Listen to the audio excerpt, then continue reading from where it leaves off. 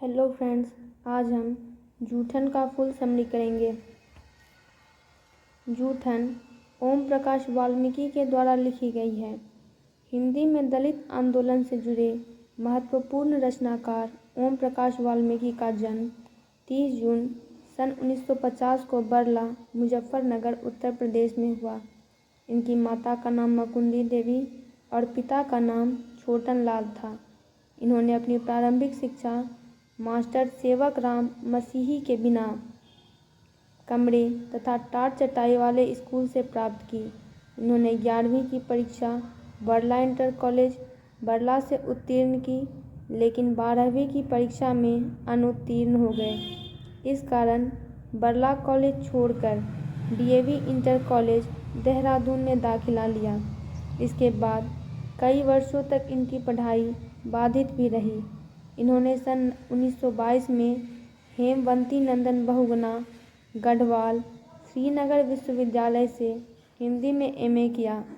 अपनी पढ़ाई के दौरान ही इन्होंने ऑर्डिनेंस फैक्ट्री देहरादून में अप्रेंटिस की नौकरी की। इसके बाद ऑर्डिनेंस फैक्ट्री चांदा में ड्राफ्टमैन की नौकरी की।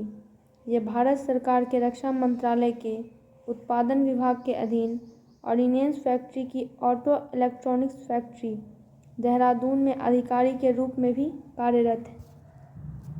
इन्हें अपने उल्लेखनीय कार्यों के लिए कई पुरस्कारों से सम्मानित किया गया, जिनमें से प्रमुख है डॉक्टर अंबेडकर राष्ट्रीय पुरस्कार, परिवेश सम्मान, जयश्री सम्मान, कथाक्रम सम्मान।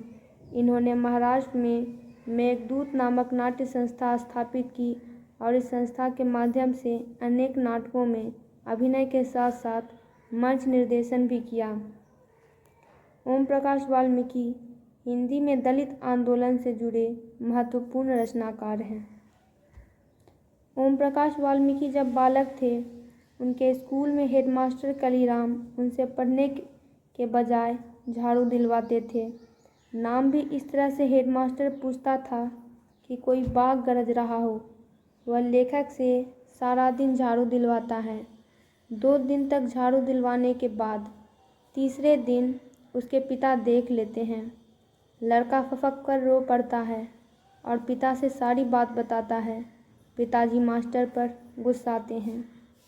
ओम प्रकाश वाल्मीकि बताते हैं कि उनकी माँ मेहनत मजदूरी के साथ 8-10 तगाओं के घर में साफ सफाई करती थी और माँ के इस काम में उनकी बड़ी बहन, बड़ी भाभी तथा जसबीर और जेनेसर दोनों भाई माँ का हाथ बटाते थे। बड़ा भाई सुखवीर तगाओं के यहाँ वार्षिक नौकर की तरह काम करता था।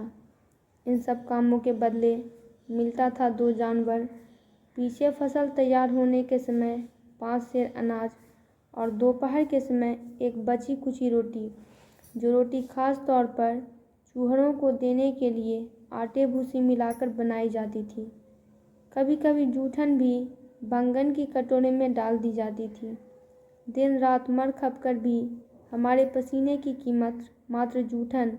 फिर भी किसी को कोई शिकायत नहीं, कोई शर्मिंदगी नहीं, पश्चाताप नहीं। यह कितना क्रूर समाज है जिसमें श्रम का मोल नहीं, बल्कि निर्धनता को बरकरार रखने का एक षड्यंत्र ही था सब। ओम प्रकाश के घर की आर्थिक स्थिति इतनी कमज़ोर थी कि एक एक पैसे के लिए प्रत्येक परिवार के सदस्य को खटना पड़ता था। यहाँ तक कि लेखक को भी मरे हुए पशुओं के खाल उतारने जाना पड़ता था। यह समाज की वर्ण व्यवस्था एवं मनुष्य के द्वारा मनुष्य का किया गया शोषण का ही परिणाम है कि एक ओर व्यक्ति के पास धन की कोई कमी नहीं, तो दूसरी ओर हजारों हजार को 2 जून की रोटी के लिए निकृष्ट कार्य करने पड़ते हैं। भोजन की कमी और मन की लालसा को पूरी करने के लिए जूठन भी चाटनी पड़ती है। लेखक को एक बात का बहुत गहरा असर होता है, उसकी भाभी द्वारा कहा गया कथन कि इनसे ये ना कराओ, भूखे रह लेंगे, इन्हें इस गंदगी में ना घसीटो। ये शब्द लेखक को उस गंदगी से बाहर निकाल लाते हैं। भाभी के ये कहे ये शब्द आज भी लेखक के हृदय में रोशनी बनकर चमकते हैं, क्योंकि उस दिन लेखक, उनकी भाभी और माँ के साथ संपूर्ण परिवार पर ऐसा प्रभाव पड़ा कि लेखक ओम प्रकाश वाल्मीकि धीरे धीरे किंतु दृढ़ संकल्प से पढ़ाई में ध्यान लगाता है और हिंदी में स्नातकोत्तर करने के पश्चात अनेक सम्मान जैसे डॉक्टर अंबेडकर राष्ट्रीय पुरस्कार, परिवेश सम्मान, जयश्री सम्मान, कथाक्रम सम्मान से विभूषित होकर सरकार के ऑर्डिनेंस फैक्ट्री में अधिकारी पद को भी विभूषित किया। इसके साथ ही इन्होंने आत्मकथा, कहानी संग्रह, कविता संग्रह, आलोचना आदि पर अनेक रचनाएं भी लिखी। महाराष्ट्र में मेघदूत नामक नाट्य संस्था स्थापित कर उसके माध्यम से इन्होंने अनेक अभिनय और मंचन का निर्देशन भी किया। इस प्रकार लेखक ओम प्रकाश वाल्मीकि ने एक चूहड़ के घर में जन्म लेकर जीवन में सफलता के उच्च सोपान तक पहुंचकर यह सिद्ध कर दिया कि जहां चाह है वहां राह है। ओम प्रकाश वाल्मीकि की इस आत्मकथा ने अनेकानेक पाठकों पर भारी असर डाला है, क्योंकि इनके लेखन में इनके अपने जीवनानुभवों की सच्चाई और वास्तव बोध से उपजी नवीन रचना संस्कृति की अभिव्यक्ति का एहसास होता है। दलित जीवन के रोष और आक्रोश को वे अपने संवेदनात्मक रचनानुभवों की भट्टी में गलाकर एक नए अनुभवजन्य स्वरूप में रखते हैं, जो मानवीय जीवन में परिवर्तन करने की क्षमता रखता है।